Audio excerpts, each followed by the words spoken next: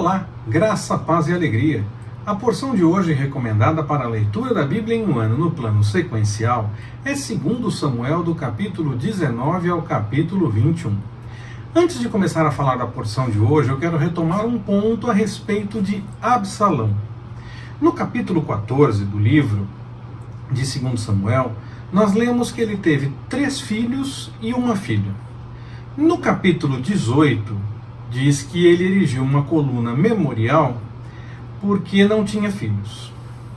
E lá vem o pessoal que pensa direto em contradição dizer o quê? Pois é.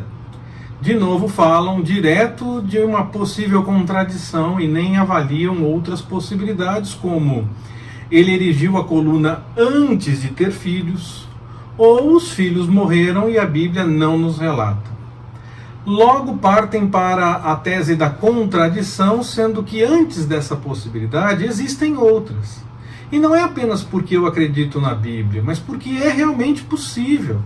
Logo, não se assuste quando alguém tentar levantar contradições, porque geralmente essa é a primeira opção de quem quer achar isso na Bíblia. Quer encontrar e a primeira coisa que acontece é encontrar uma possível contradição. Mas nós podemos ter outras explicações perfeitamente plausíveis e possíveis antes de partir para qualquer tese que diga respeito à contradição.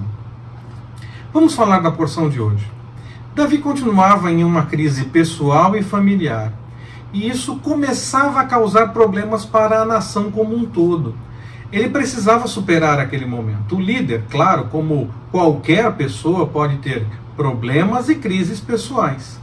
Mas se ele coloca as crises e coloca esses problemas acima da posição de liderança, os liderados podem ter problemas. É preciso superar e contar com o cuidado do Senhor. Na volta, quem ajudou é reconhecido, quem saiu falando bobagens é poupado, pelo menos neste momento, até quem participou da conspiração é admitido no exército de Davi. Joabe não fica muito feliz, então logo tem a chance, matou aquele que fora seu rival na batalha por conta da conspiração com Absalão, e agora era rival por lutar do mesmo lado como líder do exército. É claro que todas essas emoções estavam mexendo com Joabe. Houve uma tentativa de revolta na volta de Davi e uma crise entre as tribos a respeito do reconhecimento do rei.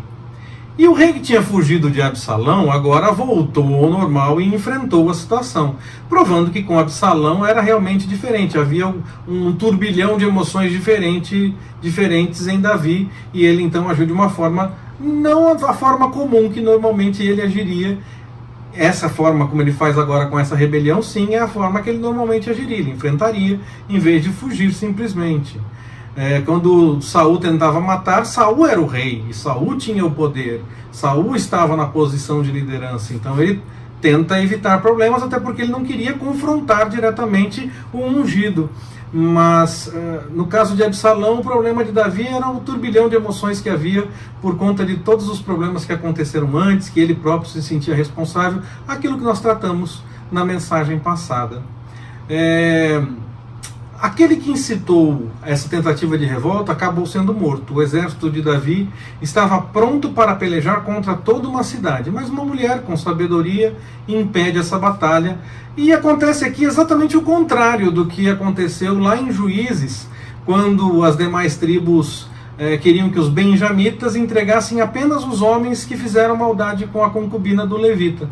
E lá eles não entregaram, causando uma batalha entre todos. Aqui, na porção de 2 Samuel de hoje, nós vemos que foi exatamente o contrário. Estavam prontos para guerrear contra toda a cidade, mas resolveu-se entregando apenas aquele que era aquele que arquitetou a revolta, aquele que estava comandando, liderando a revolta nesse momento contra o reconhecimento de Davi. Os gibeonitas citados no texto foram aqueles que conseguiram um acordo nos dias de Josué ainda, fingindo que tinham vindo de longe. Mas Saul os atacou, e com isso ele foi contra esse acordo que foi feito lá no passado. Sabemos que isso aconteceu nos dias de Davi, mas Não necessariamente isso aconteceu exatamente depois do evento envolvendo a conspiração de Absalão. Apenas está registrado depois.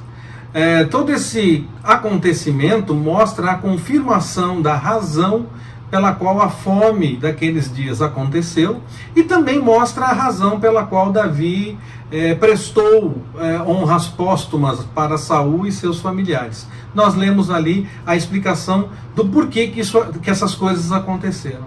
E ainda temos no texto mais algumas batalhas contra os filisteus, e algumas vitórias do exército de Davi, e a explicação da retirada de Davi agora das batalhas. Ele agora não participaria mais diretamente das batalhas. O texto nos mostra esse momento.